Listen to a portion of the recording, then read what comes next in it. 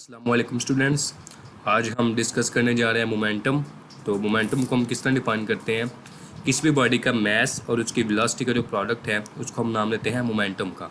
Momentum क्या है? Quantity of motion, यानी कि एक बॉडी जो है हरकत में है तो उसको रोकना कितना मुश्किल है, ये मोमेंटम कहलाता है। मोमेंटम को डिनोट करते हैं कैपिटल पी से। Capital P is equal to m v, mass multiply velocity. ये एक वेक्टर क्वांटिटी है और इसकी direction in the direction of velocity होती है। यूनिट मोमेंटम का क्या है? किलोग्राम मीटर पर सेकंड और newton second. Newton second law of motion in terms of momentum explain करता है कि किसी भी बॉडी पे जो अप्लाइड फोर्स होती है वो बराबर होती है rate of change of momentum के, यानी फोर्स लगाने से चेंज इन मोमेंटम जो आएगा उसका जो रेट है वो अप्लाइड फोर्स के इक्वल है। तो mathematically force is equal to delta P by T और final momentum minus initial momentum divided by time period. Impulse क्या है? इम्पल्स किसी भी बॉडी पे लार्ज फोर्स एक्ट करे for small interval of time, तो उस फोर्स और टाइम पीरियड का जो प्रोडक्ट है उसको हम नाम देते हैं इम्पल्स का। और इम्पल्स बराबर होती है चेंज इन मोमेंटम के। किस तरह? अब इस फार्मूले में देखें तो फोर्स बराबर है डेल्टा पी बाई टी के, तो टी को दूसरी साइड पे मल्टीप्लाई कर दें एफ़ के साथ, यानी कि एफ़ मल्टीप्लाई हो जाए टी के साथ, F multiply by T is equal to change in momentum or delta P. ये बराबर है इम्पल्स के डिनोटेड बाय आई। यहाँ पे एक एमसीक्यू हम डील करते हैं कि a body of mass 0.5 kilogram collides wall with the velocity of 50 metre per second and moves back with the velocity of 40 metre per second. Delta P और change in momentum of body is, यानी कि एक body है वो दीवार के साथ जाके टकरा रही है, ठीक है, और दीवार की तरफ वो जा रही है 50 मीटर पर सेकेंड की स्पीड से, वेलोसिटी से, और वापस बैकवर्ड मूव करती है 40 मीटर पर सेकेंड की वेलोसिटी से। तो चेंज इन मोमेंटम कितना आएगा? एक बात आपने याद रखनी है कि जब इनिशियल वेलोसिटी जो है उसकी निस्बत उसके साथ कंपैरिजन में फाइनल वेलोसिटी की जो डायरेक्शन है वो इन्वर्ट हो जाए, ऑपोजिट हो जाए, तो फाइनल के साथ नेगेटिव साइन आएगी। इनिशियल अब वेलोसिटी जो है वो दीवार की तरफ है और फाइनल जो है वो अवे फ्रॉम वॉल है, इसलिए जो फाइनल है उसके साथ माइनस की सिंबल आएगी, यानी कि वी एफ जो है वो इस केस में बराबर होगी -40 मीटर पर सेकंड की। तो इस एमसीक्यू का सॉल्यूशन हम देखते हैं। डेल्टा पी और change in momentum is equal to M into V F minus V I, यानी कि हम एम जो है कॉमन ले चुके हैं। डेल्टा पी बराबर होता है M V F minus M V I के, यानी final momentum minus initial momentum के। मैं 0.1 kg पुट किया, final velocity -40 minus initial velocity -50, तो हमारे पास आंसर इसका आ गया -9 न्यूटन सेकेंड।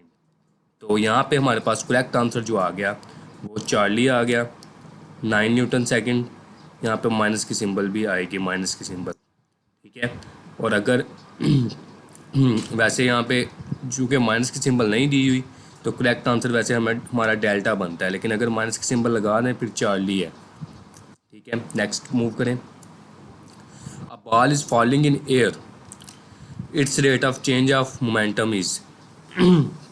अब एक बॉल है वो हवा में नीचे की तरफ गिर रही है, तो उस पर फोर्सेज जो एक्ट कर रही होंगी, एक तो उसका वेट होगा जो डाउनवर्ड एक्ट करेगा, और दूसरी उस पर एयर रेजिस्टेंस होगी जो अपवर्ड एक्ट कर रही होगी बॉल पे और उसको गिरने से प्रिवेंट करने की कोशिश कर रही होगी। देखें, वेट बॉल का जो है वो डाउनवर्ड एक्ट कर रहा है और एयर फ्रिक्शन जो है अपवर्ड एक्ट कर रही है। तो नेट फोर्स जिसको हम एफ डैश से हम डिनोट कर लेते हैं, नेट फोर्स, वो बराबर होगी वेट माइनस एयर फोर्स, क्या है एयर रेजिस्टेंस फोर्स। तो चूँकि एयर फोर्स या एयर की रेजिस्टिव फोर्स जो है वो वेट में से माइनस हो रही है, इसलिए नेट फोर्स उस पर जो एक्ट कर रही है वो वेट से एम जी से कम होगी। जब वो एम जी से कम होगी तो rate of change of momentum net force के बराबर है, तो इसका rate of change of momentum जो है वेट से एम जी से लेस देन होगा। इसलिए यहाँ पे हमारे पास करेक्ट आंसर जो है वो अल्फ़ा होगा, लेस देन एम जी। अब ग्रेटर देन एम जी कब होगा, इक्वल टू एम जी कब होगा, ये भी हम देख लेते हैं। ज़ीरो कब होगा,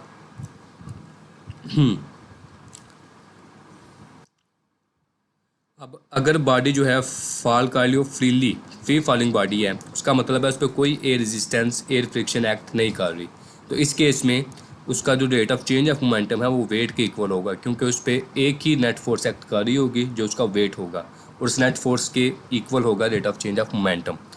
अब अगर बॉडी को ऊपर से थ्रो करते वक्त हम फोर्स लगा के थ्रो कर रहे हैं, फोर्स एफ लगा के हम थ्रो कर रहे हैं, तो इस केस में बॉडी पे जो नेट फोर्स लग रही है एफ डैश जो होगी बॉडी पे लगने वाली, वो बराबर होगी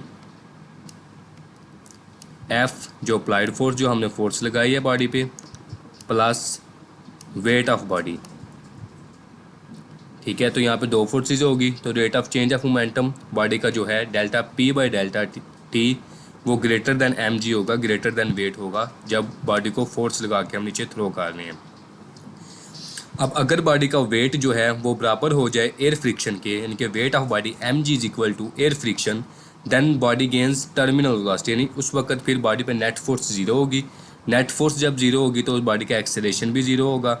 एक्सेलरेशन जब ज़ीरो है तो बॉडी की वेलोसिटी यूनिफॉर्म होगी, उस यूनिफॉर्म वेलोसिटी को हम नाम देते हैं टर्मिनल वेलोसिटी का। और इस केस में rate of change of momentum जो है वो ज़ीरो होगा, delta P change in momentum भी ज़ीरो होगा, क्योंकि फाइनल वेलोसिटी और इनिशियल वेलोसिटी सेम होगी, तो चेंज इन मोमेंटम ज़ीरो आएगा। कंजर्वेशन ऑफ मोमेंटम जो है ये ला हम पीछे पढ़ चुके हैं, बुक्स में हमने डेरिवेशन भी इसकी देखी हुई है कि दो बॉडीज़ हैं M1 और M2 जो मूव कर रहे थे V1 से, और दूसरी बॉडी मूव कर रही थी V2 से। दोनों की डायरेक्शन ऑफ मोशन जो थी वो सेम थी, एक बॉडी आगे थी दूसरी इसके पीछे मूव कर रही थी। फिर इनका कोलिजन होता है, और कोलिजन के बाद भी ये अपनी मोशन जो है जारी रखते हैं, स्ट्रेट लाइन मोशन, मगर इनकी वेलोसिटीज़ जो थी वो चेंज हो जाती हैं, और जिसकी V1 वेलोसिटी थी उसकी वेलोसिटी हो जाती है V1 डैश, और V2 की वेलोसिटी चेंज होके V2 डैश हो जाती है। तो इस केस में जो कंजर्वेशन ऑफ मोमेंटम का फार्मूला हमारे पास आया था M1V1 plus M2V2 is equal to M1V1 dash plus M2V2 dash, ये कब फार्मूला ड्राइव हुआ था, जब वेलोसिटीज उनकी सेम डायरेक्शन में थी। तो ये law of conservation of momentum किस सिस्टम के लिए है, आइसोलेटेड सिस्टम के लिए, यानी ऐसा सिस्टम जिस पे कोई भी एक्सटर्नल फोर्स एक्ट नहीं कर रही। लेकिन चूँकि जो रियल फिजिकल वर्ल्ड है उसमें ऐसा सिस्टम नहीं पाया जाता, तो ऐसा सिस्टम जिसमें बॉडीज़ का आपस में म्यूचुअल इंटरेक्शन ज़्यादा हो बैरूनी एजेंट के साथ इंटरेक्शन की निस्बत, तो उसको हम as an isolated system treat कर लेते हैं। अब यहाँ पे एक MCQ डील करते हैं हम कि two cars of equal masses, cars का इक्वल मैस है, एक दूसरे की तरफ मूव कर रही हैं, velocity 100 kilometre per hour and 40 kilometre per hour. After collision they move with same common velocity, find it, वो कॉमन वेलोसिटी हमने फाइंड करनी है। तो दोनों जो कार्स हैं उनका यहाँ पे की पॉइंट MCQ में नोट करें कि they are moving towards each other, एक दूसरे की तरफ मूव कर रही हैं। इसका मतलब क्या है, एक इस तरह मूव कर रही है और दूसरी जो है इस तरह मूव कर रही है। तो फर्स्ट जो फार्मूला ड्राइव हुआ है उस केस में दोनों बॉडीज जो थी सेम डायरेक्शन में मूव कर रही थी, लेकिन यहाँ पर डायरेक्शन क्या ऑपोजिट है। जब डायरेक्शन ऑपोजिट होगी तो फार्मूले में चेंजेस आएंगे, फार्मूला मॉडिफाई करेंगे हम। अब बिफोर कोलिजन जो है उनकी डायरेक्शन जो है ऑपोजिट है, तो इस केस में हम फार्मूले में जो बिफोर कोलिजन वाला पार्ट है फार्मूले का, उधर हम पॉजिटिव के बजाय नेगेटिव साइन यूज़ करेंगे, ठीक है। लेकिन आफ्टर कोलिजन जो है उनकी कॉमन वेलोसिटी से मूव कर रहे हैं, यानी दोनों एक ही डायरेक्शन में मूव कर रहे हैं, इसलिए आफ्टर कोलिजन वाला पार्ट जो है उधर सिंबल पॉजिटिव ही रहेगी, ठीक है। तो इसको हम आगे सॉल्व कर लेते हैं। चूँकि मैथ जो है कॉमन मैथ था, एक ही मैथ था, वो M दोनों की जगह पुट कर दिया, M1 M2 की जगह, और नीचे भी इधर भी M1 M2 की जगह M हमने पुट कर दिया।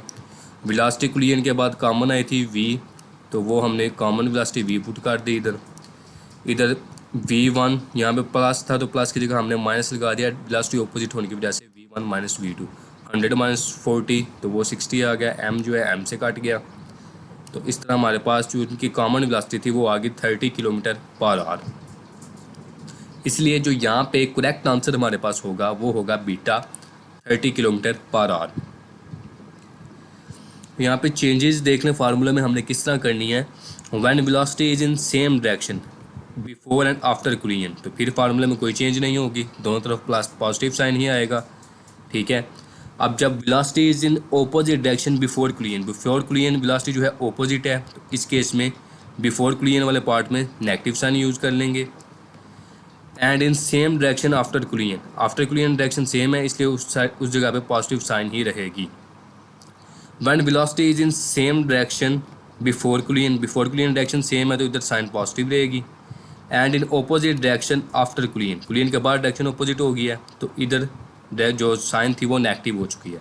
अब अगर दोनों केसेस में डायरेक्शन ऑपोजिट हो, यानी बिफोर कोलिजन भी डायरेक्शन ऑपोजिट है, आफ्टर कोलिजन भी डायरेक्शन ऑपोजिट है, तो फिर दोनों जगह हम नेगेटिव साइन यूज़ करेंगे। ये बातें आपने याद रखनी है एमसीक्यू सॉल्व करते हुए। हर एमसीक्यू से आप कोई ना कोई न्यू कंसेप्ट सीखेंगे। नेक्स्ट हम देखते हैं वेलोसिटी टाइम ग्राफ। तो वेलोसिटी टाइम ग्राफ से हम किसी भी बॉडी की मोशन जो है वो हम प्लॉट करते हैं, उसको ऑब्जर्व करते हैं डिफरेंट फैक्टर्स के लिहाज से। तो स्लोप ऑफ ग्राफ क्या चीज़ है? स्लोप कोई भी लाइन जो एक्स एक्सिस के साथ एंगल बना रही है उसको हम उससे हम उसकी स्लोप कैलकुलेट करते हैं। ठीक है। अब स्लोप सिंपल वर्ड्स में हम कहें तो स्लोप चढ़ाई को कहते हैं। ये चढ़ाई चढ़ रही है तो ये स्लोप है। अब ये जो ऊपर की तरफ लाइन मूव कर रही है हॉरिजॉन्टल के साथ देखें तो ये कोई ना कोई एंगल बना ही रही होती है, एंगल थीटा कह लें इसको। तो इस एंगल थीटा से हम स्लोप कैलकुलेट करते हैं, और स्लोप किस फार्मूले के तहत कैलकुलेट करते हैं? टैन थीटा, या इसको हम delta y by delta x भी कहते हैं। यानी कि वाई एक्सिस के लॉन्ग चेंज जो है y2 minus y1 divided by change long x axis x2 minus x1 और टैन थीटा पुट कर लें। अब स्लोप हमारे पास VT graph velocity time graph की स्लोप हमें क्या देती है? एक्सीलरेशन में प्रोवाइड करती है, और इसका एरिया जो है इस ग्राफ का वो हमें देता है distance travelled by body. Acceleration जो है स्लोप जैसा होगा, जैसी स्लोप वैसा एक्सीलरेशन। अगर स्लोप कांस्टेंट है तो एक्सीलरेशन कांस्टेंट, स्लोप वेरिएबल है, एक्सीलरेशन वेरिएबल होगा। अगर स्लोप जो है वो इंक्रीज़ करती जा रही है और कांस्टेंटली इंक्रीज़ हो रही है तो कांस्टेंट एक्सीलरेशन जो है उस हिसाब से एक्सीलरेशन भी होगा उसका। ठीक है। अब स्लोप फॉर एक्स एक्सिस हम देखते हैं, एक्स एक्सिस के लिए स्लोप क्या होती है। तो एक्स एक्सिस के लिए ये लाइन है, और ये लाइन हॉरिजॉन्टल के साथ कौन क्या एंगल बना रही है? इसका हॉरिजॉन्टल के साथ एंगल जो है वो ज़ीरो है। एंगल जब ज़ीरो है तो उसकी स्लोप भी ज़ीरो है। Tan theta tan zero put कर लें तो वो ज़ीरो ही आएगा इसका। ठीक है। तो डेल्टा वाई देखें, वाई एक्सिस के लॉन्ग चेंज किया है, इसका ज़ीरो चेंज है। वाई एक्सिस के लॉन्ग तो ग्राफ मूव ही नहीं कर रहा। तो delta y by delta x क्या है? Zero by delta x is equal to zero. इस ग्राफ की स्लोप क्या है? ज़ीरो। चूँकि स्लोप ज़ीरो है तो मैंने पहले कहा जैसी स्लोप वैसा एक्सेलेरेशन। स्लोप ज़ीरो है तो एक्सेलेरेशन भी ज़ीरो। जब एक्सेलेरेशन ज़ीरो है तो ये ग्राफ कौन सी वेलोसिटी का? कांस्टेंट वेलोसिटी का या यूनिफॉर्म वेलोसिटी का है, यानी वेलोसिटी चेंज नहीं हो रही इस केस में। नेक्स्ट हमारे पास जो ग्राफ है वो ग्राफ हम देखें बीटी ग्राफ। तो इस ग्राफ में जो स्लोप है वो इंक्रीज़ कर रही है और कॉन्स्टेंटली इंक्रीज़ कर रही है, यानी कि जितना चेंज वाई एक्सिस के लॉन्ग आ रहा है उतना ही चेंज एक्स एक्सिस के लॉन्ग आ रहा है। Constant increase in slope is occurring. अब स्लोप जो कांस्टेंटली बढ़ रही है, कांस्टेंट स्लोप है, तो इसका मतलब क्या है? एक्सीलरेशन भी कांस्टेंट होगा। तो एक्सीलरेशन कांस्टेंट है, इसका मतलब है वेलोसिटी में चेंज आ रहा है लेकिन यूनिफॉर्म चेंज आ रहा है, वेलोसिटी यूनिफॉर्मली इंक्रीज हो रही है, इसलिए constant slope and constant acceleration. Next graph देखें, स्लोप फॉर वाई एक्सिस की स्लोप देखते हैं। तो स्लोप जो है ये लाइन देखें, वाई एक्सिस की जो लाइन है ये हॉरिजॉन्टल के साथ एंगल कितना बना रही है? 90 डिग्री। चूँकि इसका एंगल 90 डिग्री है तो हम टैन थीटा लगा लेते हैं, टैन 90 स्लोप के लिए। तो tan 90 is equal to infinite. इसकी स्लोप कितनी है? इन्फिनाइट। इनके यहाँ पे वेलोसिटी देखें, वेलोसिटी जो है वो बढ़ रही है लेकिन टाइम पीरियड जो है नहीं बढ़ रहा। तो क्या ये बात फिजिकली पॉसिबल है? ये बात पॉसिबल नहीं है, क्योंकि टाइम तो नहीं रुक सकता। ऐसा हो ही नहीं सकता कि वेलोसिटी में चेंज आ रहा और टाइम जो है अपनी जगह पे रुका हो, इसलिए ये बात पॉसिबल ही नहीं है। यहाँ पे देखिए वेलोसिटी जो है वाई एक्सिस के लॉन्ग वो तो बढ़ती जा रही है, वेलोसिटी जो इंक्रीज़ हो रही है, लेकिन टाइम जो है टाइम एक्सिस के लॉन्ग ग्राफ जो है नहीं बढ़ रहा। तो डेल्टा वी तो है लेकिन डेल्टा टी नहीं है, डेल्टा टी 0 है, तो डेल्टा वी बाई 0 तो वो इन्फिनाइट आंसर आ जाएगा। अब देखें कि हमें किस तरह पता चलेगा कि स्लोप जो है वो इंक्रीज़ हो रही है या डिक्रीज़ हो रही है। अब अगर एक लाइन जो है वो आहिस्ता आहिस्ता वक्र के साथ साथ हॉरिजॉन्टल हो रही है तो इसका मतलब है उस ग्राफ की स्लोप जो है वो कम हो रही है। ठीक है, अब जैसे ये लाइन थी, ये लाइन बहुत स्टीप जा रही है लेकिन आहिस्ता आहिस्ता ये इस तरह हॉरिजॉन्टल होने लग जाए तो इसका मतलब है इस लाइन की स्लोप जो है वो कम होती जा रही है। ठीक है, if line is becoming horizontal in graph then its slope is decreasing, slope कम हो रही है तो एक्सेलेरेशन भी कम हो रहा होगा। If line is becoming vertical in graph then its slope is increasing. अब इस तरह ग्राफ देख लें, अब शुरू में लाइन अगर हॉरिजॉन्टली जा रही थी फिर आस्ता आस्ता वो वर्टिकल होने लग गई है, तो इस केस में जो चढ़ाई है वो बढ़ रही है, स्लोप जो है बढ़ रही है, स्लोप बढ़ रही है तो इसका एक्सेलेरेशन भी बढ़ रहा होगा। If no change in line occur slope is constant. अब अगर लाइन में कोई चेंज नहीं आ रहा, जैसे पीछे हमने ग्राफ देखा, ये ग्राफ है तो ये कांस्टेंट उसकी जो चढ़ाई थी वही चल रही है, इसमें ना तो ये हॉरिजॉन्टल हो रही है वक्त के साथ ना वर्टिकल हो रही है, तो इस केस में जो स्लोप है वो कांस्टेंट स्लोप है और स्लोप जो कांस्टेंट है इसलिए एक्सेलेरेशन भी कांस्टेंट होगा। Decrease in acceleration is not retardation, decrease in velocity is retardation, ये बात याद रखनी है। ऐसा ना हो कि एक्सेलेरेशन अगर कम हो रहा तो आप उसको नेगेटिव एक्सेलेरेशन या रिटार्डेशन कह दें, ऐसा नहीं होता। डिक्रीज इन एक्सेलेरेशन रिटार्डेशन नहीं है, डिक्रीज इन वेलोसिटी रिटार्डेशन। जब वेलोसिटी कम हो रही होगी तो उसी केस में जो फाइनल वेलोसिटी है वो फाइनल वेलोसिटी वी एफ जो होगी उस केस में वो लेस देन होगी वी आई से, और इस केस में हमारे पास जो इनका डिफरेंस है वो नेगेटिव आएगा और एक्सेलेरेशन नेगेटिव आएगा। रिटार्डेशन यानी डिक्रीज इन वेलोसिटी रिटार्डेशन है, डिक्रीज इन एक्सेलेरेशन रिटार्डेशन नहीं है। ये ग्राफ हम कुछ देख लेते हैं कि ये वेलोसिटी टाइम ग्राफ, ये देखें ये वाला, तो इस केस में क्या हो रहा है, जो स्लोप है वो शुरू में तो वर्टिकल है लेकिन आस्ता आस्ता वो हॉरिजॉन्टल हो रही है। तो ये स्लोप कौन सी स्लोप है, डिक्रीजिंग स्लोप है, स्लोप डिक्रीज कर रही है, इसी वजह से इस केस में एक्सेलेरेशन जो है वो भी वक्त के साथ साथ डिक्रीज़ करेगा। यहाँ पे देखें ये वेलोसिटी का फ़र्क है, इसको अगर मैं वी आई कह लूँ, ठीक है, इसको वी एफ कह लूँ, ठीक है, तो इसका डिफरेंस देखें, यहाँ पे डिफरेंस जो है ज़्यादा है। अब अगले पॉइंट पे चले जाएँ, अगले इंटरवल पे, तो अगले इंटरवल के लिए ये वी आई होगी, ये पॉइंट वी आई होगा, ये पॉइंट वी एफ होगा, और इस इंटरवल में जो इनका डिफरेंस है वो कम हो गया। नेक्स्ट इंटरवल पे जाएं तो डिफरेंस जो है मज़ीद कम हो गया, यानी डेल्टा वी जो है वो कम हो रहा है। अब चूँकि एक्सेलेरेशन जो था वो इस डेल्टा वी पे डिपेंड कर रहा था, acceleration is equal to delta V divided by T, तो डेल्टा टी। अब एक्सेलेरेशन इस डिफरेंस पे डेल्टा वी पे डिपेंड कर रहा है, चूँकि डेल्टा वी कम हो रहा है तो इसलिए एक्सेलेरेशन जो है वो भी कम होगा, डिक्रीजिंग एक्सेलेरेशन होगा, लेकिन वेलोसिटी फिर भी बढ़ रही है वक्त के साथ साथ, वेलोसिटी जो है इंक्रीज़ कर रही है, इसलिए एक्सेलेरेशन जो है वो पॉजिटिव एक्सेलेरेशन है। लेकिन अगरचे एक्सेलेरेशन कम हो रहा है लेकिन पॉजिटिव एक्सेलेरेशन है। इस ग्राफ को देखें, ये लाइन पहले तो वर्टिकल, पहले हॉरिजॉन्टल थी, अब आहिस्ता आहिस्ता ये वर्टिकल हो रही है, तो इस केस में वही डिफरेंस डेल्टा वी देखें, यहाँ पे वो डिफरेंस कम है, यहाँ पे डेल्टा वी का डिफरेंस ज़्यादा हो गया, इस इंटरवल में वो उससे भी ज़्यादा हो गया, इस इंटरवल में वो उससे भी ज़्यादा हो रहा है, यानी कि डेल्टा वी जो डिफरेंस है वो वक्त के साथ साथ इंक्रीज़ कर रहा है। स्लोप भी इंक्रीज़ हो रही है, डेल्टा वी भी इंक्रीज़ हो रहा है, तो एक्सेलेरेशन भी इंक्रीज़ हो रहा है, एक्सेलेरेशन इज राइजिंग, एक्सेलेरेशन बढ़ रहा है, स्लोप भी बढ़ रही है, और एक्सेलेरेशन कौन सा, पॉजिटिव एक्सेलेरेशन है क्योंकि वेलोसिटी भी बढ़ रही है। इस ग्राफ को देखें, ये लाइन पहले हॉरिजॉन्टल है लेकिन वक्त के साथ साथ वर्टिकल हो रही है, लेकिन इस केस में हो क्या रहा है, इस केस में वेलोसिटी जो थी, इनमें वेलोसिटी जो है बढ़ रही, क्योंकि ग्राफ ऊपर की तरफ जा रहा है, वेलोसिटी बढ़ रही थी इन दोनों ग्राफ्स में, इसमें ग्राफ जो है ये ऊपर से नीचे की तरफ आ रहा है, तो इस केस में वेलोसिटी जो है वो कम हो रही है, वेलोसिटी इज डिक्रीजिंग। लेकिन डेल्टा वी देखें, फर्स्ट इंटरवल में डेल्टा वी हमारे पास ये था, सेकंड इंटरवल का डेल्टा वी ये है, थर्ड इंटरवल का डेल्टा वी ये है, फोर्थ का डेल्टा वी आगे इससे भी ज़्यादा है, तो इस तरह डेल्टा वी जो था वो वक्त के साथ साथ जो है इंक्रीज़ कर रहा है। अब डेल्टा वी जो है वो बार्ड है, इसलिए एक्सलेशन भी यहाँ पे बार्ड है। एक्सलेशन इज इंक्रीजिंग, लेकिन एक्सलेशन कौन सा है? नेगेटिव एक्सलेशन है। क्यों?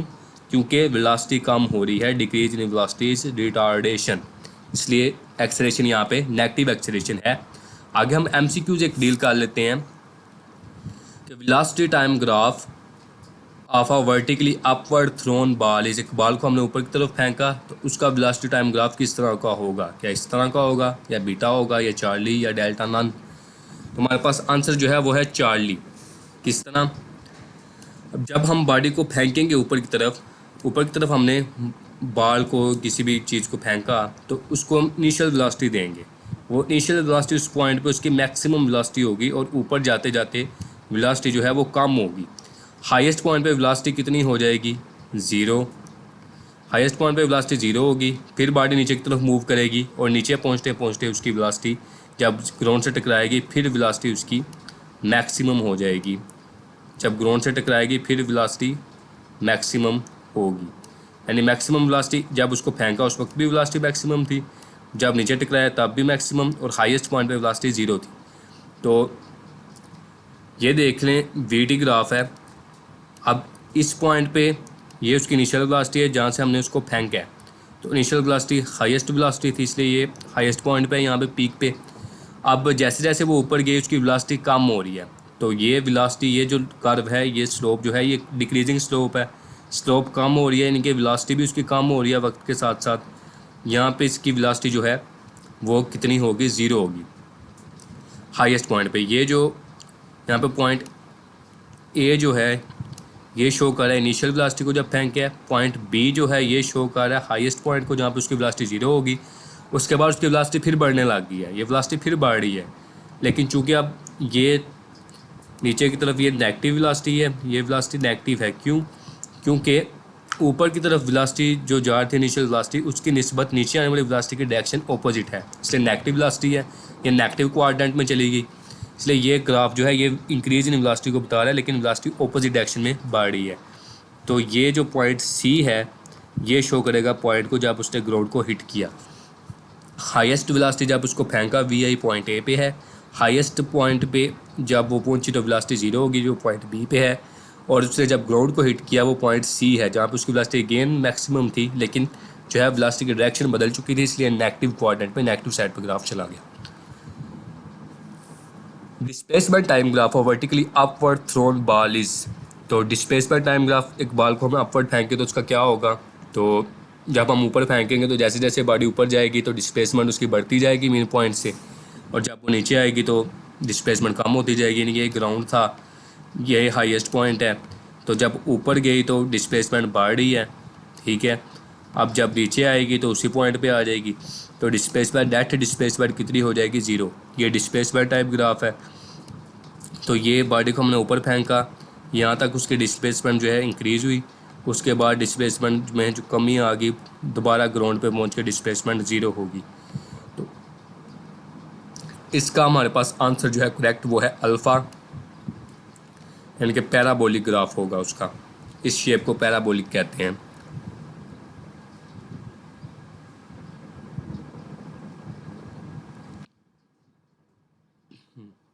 अब यहाँ पे एमसीक्यूज में ग्राफ दिया हुआ है और इस ग्राफ से हमने टोटल डिस्टेंस बताना है कि बॉडी ने टोटल कितना डिस्टेंस कवर किया। यहाँ पे टाइम पीरियड देखें तो टाइम पीरियड यहाँ पे 3 इंटरवल है टाइम के, 5 सेकंड, यहाँ पे आके तकरीबन हो गए 10 सेकंड, ठीक है।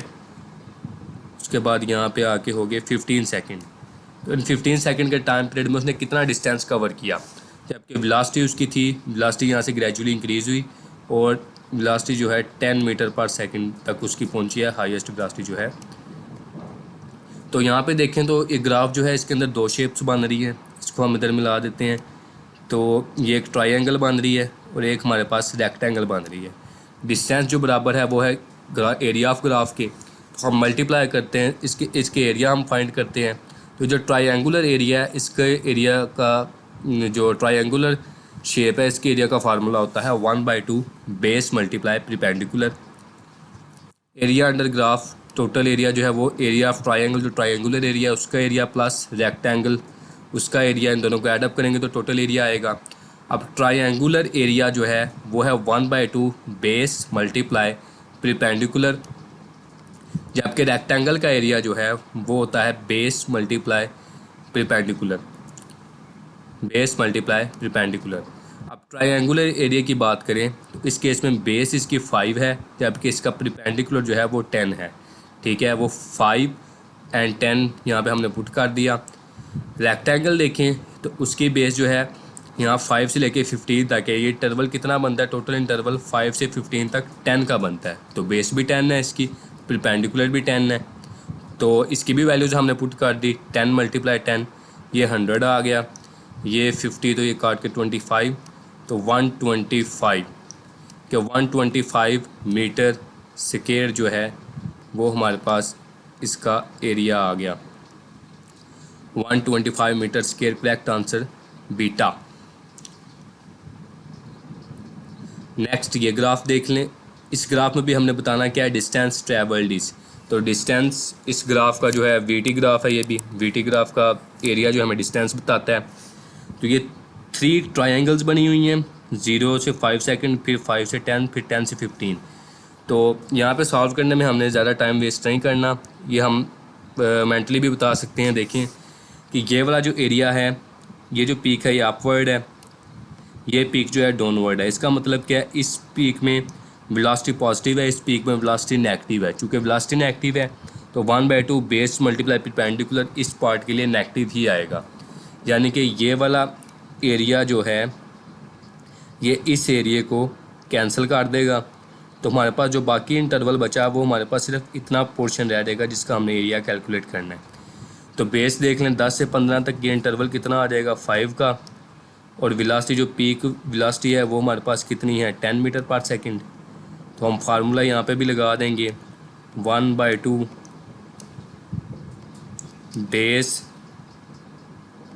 Multiply perpendicular. सॉल्यूशन देख लें, ये जो 1/2 बेस मल्टीप्लाई परपेंडिकुलर, तो बेस हमने पुट की 5 मल्टीप्लाई परपेंडिकुलर कितना था, 10। और ये सारा जो है वो डिवाइड किससे हो रहा था, या मल्टीप्लाई किससे हो रहा था, 1/2 से।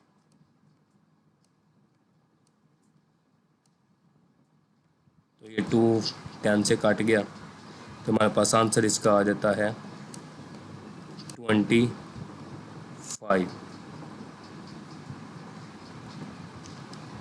इसका करेक्ट आंसर हमारे पास क्या है, बीटा। ये वही सॉल्व किया हुआ है कि पहले पार्ट जो पॉजिटिव एरिया था वो नेगेटिव के साथ काट जाता है। ये पॉजिटिव एरिया जो है ये पूरा नेगेटिव के साथ काट गया कि 25 - 25 ये काट चुका है। और बाकी जो एरिया था 1/2 बेस मल्टीप्लाई परपेंडिकुलर, तो 25 मीटर स्क्वायर इसका आंसर आ गया हमारा।